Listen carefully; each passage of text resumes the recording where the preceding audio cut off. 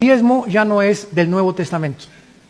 Esto es muy importante saber, porque el diezmo era obligatorio en Israel. Indefectiblemente diezmarás. Hemos salido de la ley y estamos en la ley de la libertad en Cristo. Desde el libro de los Hechos hasta el Apocalipsis, jamás se vuelve a mencionar el diezmo.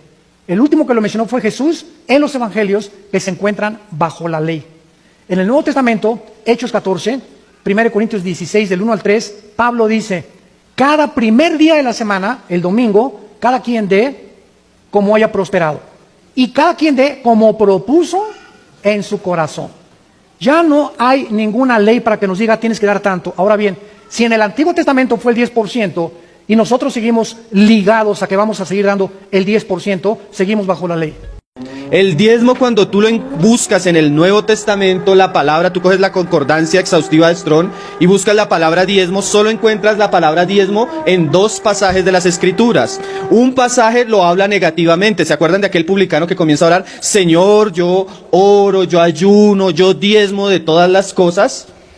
En ese sentido negativo, mostrando la justicia propia del hombre. El otro pasaje que se nos habla en el Nuevo Testamento del diezmo es la referencia a la ofrenda que hizo Abraham con Melquisedec.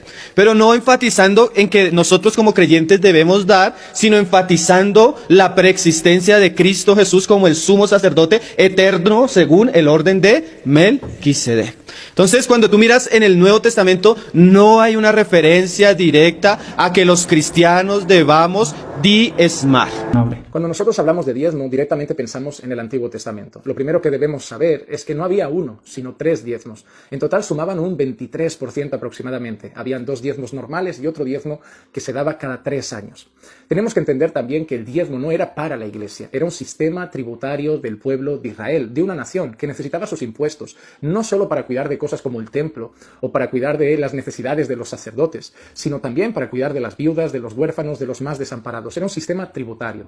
Cuando nosotros llegamos al Nuevo Testamento, vemos que la iglesia ya no se rige por ese sistema. Incluso Pablo, el que más enfatiza cómo debe conducirse una iglesia en el Nuevo Testamento, la única palabra que empieza a mencionar son las ofrendas. Él empieza a recoger ofrendas para los santos, empieza a recoger ofrendas para los necesitados de Jerusalén, empieza a recoger ofrendas para sus propios viajes misioneros. Entonces, cuando yo miro el Nuevo Testamento, veo que el diezmo ya no es una práctica de la iglesia, y respondiendo a la pregunta, no, un cristiano no tiene la obligación de diezmar.